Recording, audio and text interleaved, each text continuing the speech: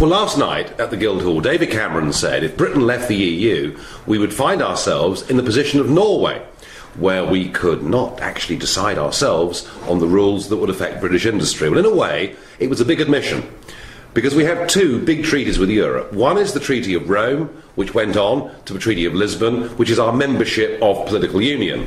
But there's a separate treaty that was signed in 1994, and that's our membership of the European Economic Area.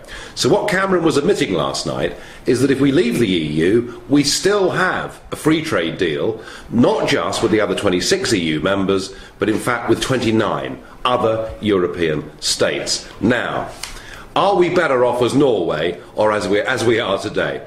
Well, the Norwegians do pay a contribution to the EU. It's about a seventh per capita of what we pay.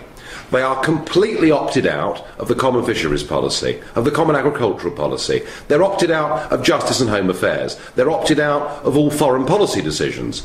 They have, unlike us, a seat on the World Trade Organization, and they're able to make their own trade deals with all the other growing parts of the world.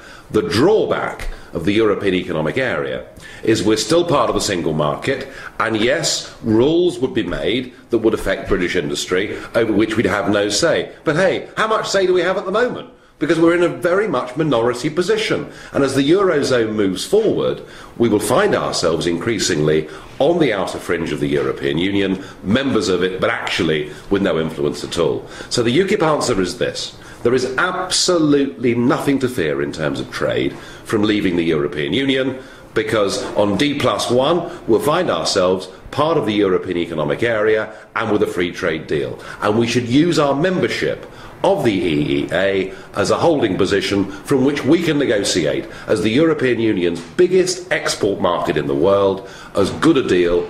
My goodness me, if Switzerland can have one, we can have an even better one.